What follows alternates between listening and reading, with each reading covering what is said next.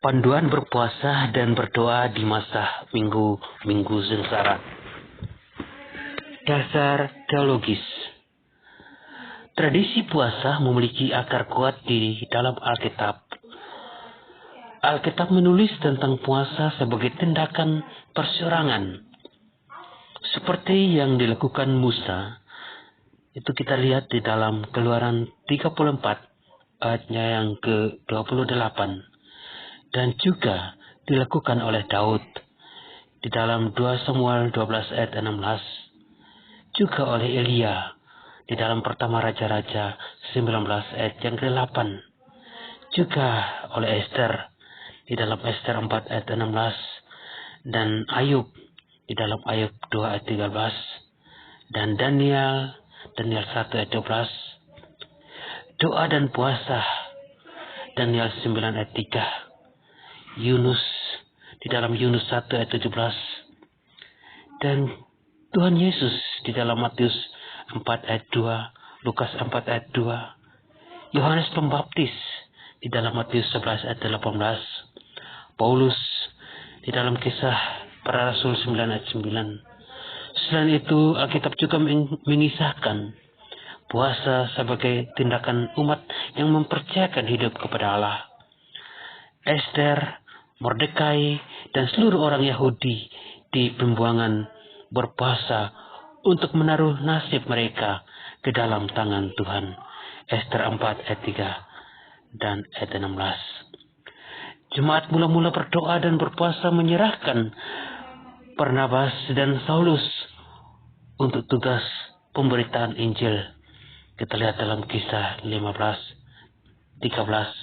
ayat 2-3.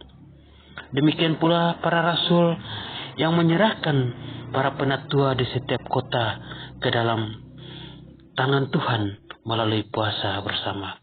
Kisah 14 ayat 23. Pengejaran Tuhan Yesus tentang hal berpuasa dapat dilihat pada kesaksian Matius 6 ayat 16-18. Bahwa puasa tidak dilakukan agar dilihat oleh orang lain, melainkan sebagai upaya mendekatkan diri dengan Allah dan mendapatkan belas kasih daripada Allah.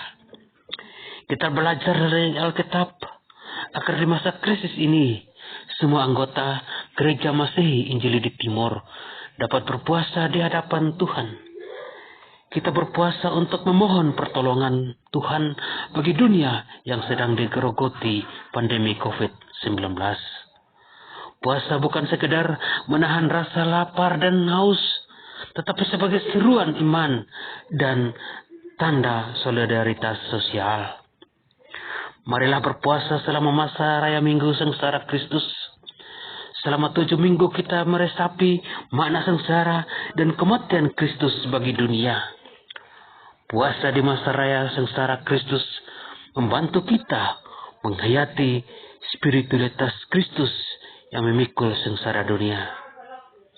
Betapapun hebat penderitaan dan pergumulan dunia, Yesus ada di sana untuk menderita bersama-sama.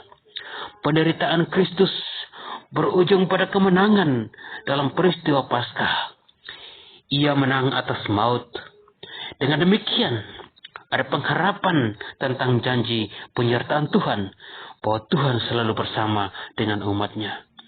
Dalam kuasa dan kasih-Nya, Jumat Agung di Golgota yang gersang menjadi taman kebangkitan Minggu Paskah dengan kuntum bunga kehidupan baru. Di dalam terang harapan ini, umat Kristiani merenungkan misteri kasih Allah di masa pandemi yang berat dan panjang. Bahwa Tuhan rela menanggung beban salib umat manusia kini dan di sini. Selama 7 minggu perayaan sengsara Kristus, pada setiap hari Jumat, Jemaat Gereja Masehi Injili di Timur dimanapun melakukan puasa bersama. Kami mengajak semua anggota jemaat dari rumah tangga masing-masing untuk menggunakan waktu setiap hari Jumat pada tanggal 19 Februari, 26 Februari, 5 Maret, 12 Maret, 19 Maret, 26 Maret, 2 April 2021 untuk berpuasa dan berdoa sungguh-sungguh bagi pergumulan saat ini. Untuk menjadi panduan, berikut kami menyertakan bahan yang akan digunakan dalam masa puasa dan berdoa sebagai berikut. Teknik pelaksanaan setiap hari Jumat. Pertama, puasa dilakukan sehari penuh mulai jam 7 pagi sampai dengan jam 6 sore.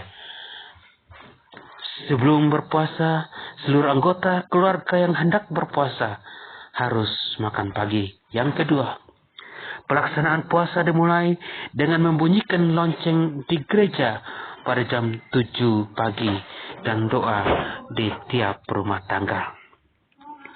Ketiga, puasa berarti tidak makan dan tidak minum sama sekali. Keempat, bagi kaum lanjut usia, anak-anak dan mereka yang sakit keras disarankan untuk berpuasa setengah hari atau tidak berpuasa sama sekali. Dalam masa pandemi ini, daya tahan tubuh harus tetap dijaga. Kelima, bagi yang mengalami gangguan kesehatan ringan, sedang, bisa minum air putih. Di hari puasa ini, kita tidak sekedar menahan lapar dan haus, tetapi juga menjadikannya sebagai hari berdoa kita. Setiap keluarga perlu mempersiapkan tempat khusus untuk menjadi tempat doa, misbah keluarga. Keluarga bisa duduk mengitari meja atau bertelut-lutut untuk berdoa bersama. Di atas meja dapat diletakkan Alkitab, lilin yang dinyalakan, dan salib, tanda kehadiran firman Allah, cahaya kasih-Nya, dan penghayatan pada pengorbanan Yesus. Ketujuh, pada jam 7 malam ada bunyi lonceng untuk semua masuk dalam ibadah. Kedelapan, selama hari berpuasa, kita dapat mengatur agar dapat berdoa 10-15 menit setiap 2 jam sesuai dengan pokok pergumulan yang disediakan setiap hari. 9, pada masa puasa selama 7 hari ini, kita akan sungguh-sungguh menggumuli pergumulan yang diatur setiap hari serta ditutup dengan ibadah keluarga. Dalam ibadah itu ada kesempatan untuk membuat komitmen bersama sebagai keluarga untuk menindaklanjuti puasa dan doa dengan tindakan berbagi.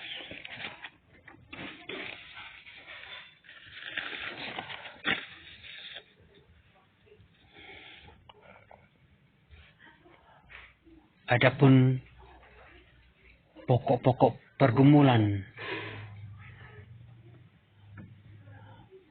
puasa dan doa. Jumat pertama 19 Februari 2021. Berpuasa dan berdoa bagi penderita COVID dan keluarga. Beberapa pokok doa. Yang pertama, memulai puasa bersama keluarga dengan memohon ampun atas segala dosa dunia yang telah saling menyakiti antara sesama manusia, merusak alam, dan melawan kehendak Allah. Kedua, memohon belas kasihan Allah bagi mereka yang terinfeksi dan sedang dirawat di rumah-rumah sakit di seluruh dunia. 3, berdoa bagi anggota keluarga dari mereka yang terinfeksi dan sedang dirawat. 4, bagi mereka yang sedang menjalani isolasi terpusat atau isolasi mandiri. Tuhan kiranya menguatkan mereka dalam masa yang sulit ini. Berdoa juga agar masyarakat tidak membuat stigma dan diskriminasi terhadap mereka. 5, bagi anggota keluarga yang merawat saudaranya yang terinfeksi dan isolasi mandiri di rumah. 6. Bagi keluarga dari mereka yang meninggal terinfeksi COVID-19. Mereka tentu sangat berduka karena kehilangan orang yang dikasihi dan tidak bisa memakamkan dengan cara yang biasa. Tuhan kiranya menguatkan mereka dalam masa yang sulit ini. Berdoa juga agar masyarakat tidak membuat stigma dan diskriminasi terhadap mereka. Terima kasih.